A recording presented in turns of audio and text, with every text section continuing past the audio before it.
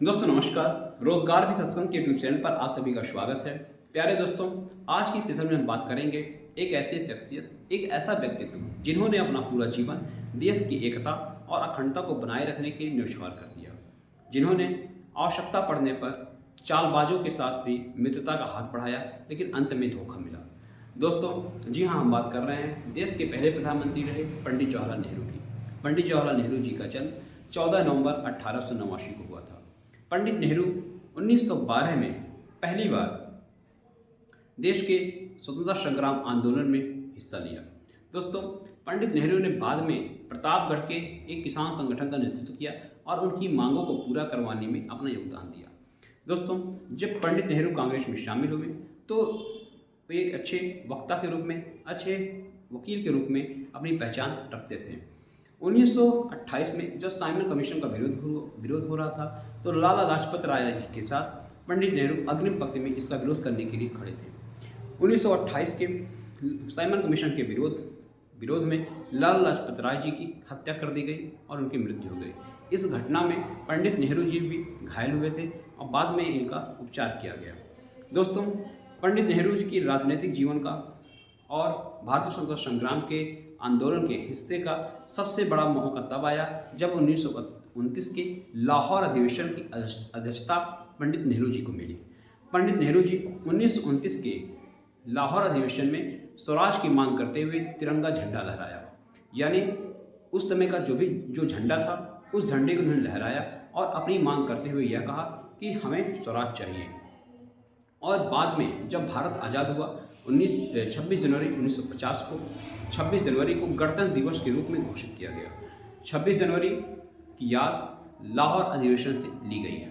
आइए दोस्तों, फिर देखते हैं 1929 के बाद पंडित नेहरू जी का राजनीतिक क्रम किस तरह आगे बढ़ा।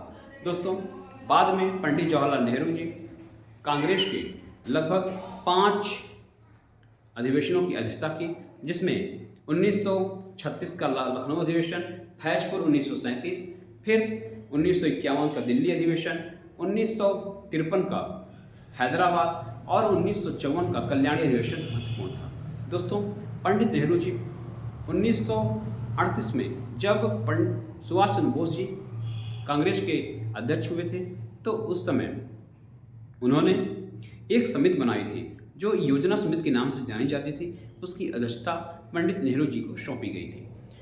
1942 के भारत छोड़ो आंदोलन में 8 अगस्त 1942 को ही पंडित नेहरू जी को गिरफ्तार कर लिया गया और लगभग 3 साल तक उनको जेल में रखा गया, यानी कि 1942 से 1945 तक इनको जेल में रखा गया। इस जेल में पंडित नेहरू जी ने अपनी आत्मकथा लिखी और जो बाद में डिस्कवरी ऑफ इंडिया के नाम से प्रकाशित हुई।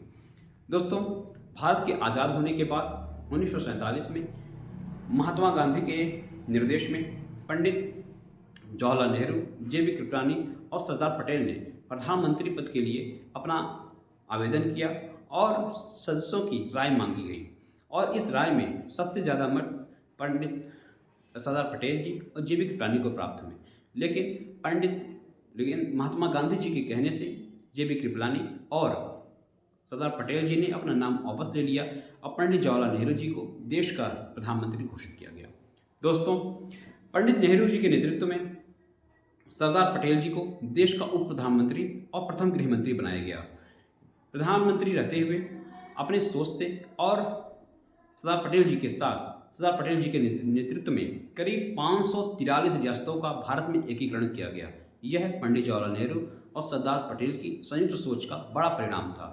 इस सोच से जहाँ पे 543 रियासतों का एकीकरण हुआ, साथ ही भारत के समग्र विकास का खाका भी तैयार किया गया। दोस्तों, हैदराबाद में ऑपरेशन पोलो के तहत हैदराबाद को भारत में मिलाया गया। यह सरदार पटेल की बड़ी ही सुंदर, बड़ी ही अच्छी पहल थी कि हैदराबाद को भारत में विलय किया गया। दोस्तों, बाद में 1951 के आम चुनाव में पंडित जवाहरलाल नेहरू जी को बड़ी सफलता मिली। फिर 1956, फिर 1961 में पंडित नेहरू पूर्ण बहुमत के साथ भारत के प्रधानमंत्री बनते चले गए। अब तक यह रिकॉर्ड है कि 3 बार कोई भी व्यक्ति लगातार प्रधानमंत्री नहीं बन सका है और यह पंडित जवाहरलाल नेहरू जी ही बने हुए हैं।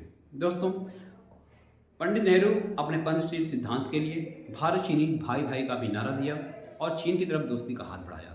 लेकिन चालबाज चीन ने धोखे से 1962 में भारत पर आक्रमण कर दिया और यह पंडित जवाहरलाल नेहरू की राजनीतिक जीवन की या फिर ये कहें कि उनके जीवन की पहली असफलता थी और भारत चीन युद्ध में भारत की हार हुई। भारत की हार का कारण यह हुआ कि नेहरू जी चिंतित रहने लगे और उनका स्वास्थ्य बिगड़ने लगा।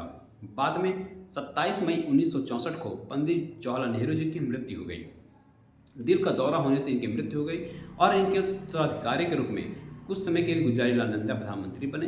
बाद में लाल बहादुर शास्त्री जी देश के प्रधानमंत्री बने और इन्होंने अपने नेतृत्व में 1965 के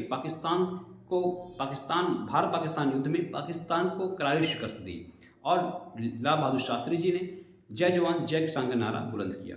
दोस्तों, पंडित नेहरू जी के नेतृत्व में भारत ने तमाम IITs, IIMs और तमाम उद्योगों की स्थापना कराई, परमाणु संयंत्रों की स्थापना करवाई। यह भारत के विकास को दर्शाता है कि पंडित नेहरू जी अपने विचारों से भारत को कितना आगे ले जाना चाहते थे। बाद में पंडित नेहरू जी की पुत्री इंदिरा गांधी जी देश की प्रधानमंत्री बनी और 1971 के भारत पाकिस्तान युद्ध में पाकिस्तान का बंटवारा कर दिया, यानी कि बांग्लादेश के नाम से एक अलग राष्ट्र घोषित करवाया और यह इंदिरा गांधी जी की सशक्त महिला के रूप में बड़ी पहचान बनी। दोस्तों, पंडित जवाहरलाल नेहरू एक बड़ी शख्सियत थे और इनकी सोच भारत के विकास को लेकर अस्पष्ट था। उनका मानना था कि देश में तब तक विकास नहीं हो सकता जब तक शिक्षा घर घर तक ना पहुँचे। दोस्तों, आज का यह सेशन आपको कैसा लगा कमेंट बॉक्स में ज़रूर बताएं। धन्यवाद।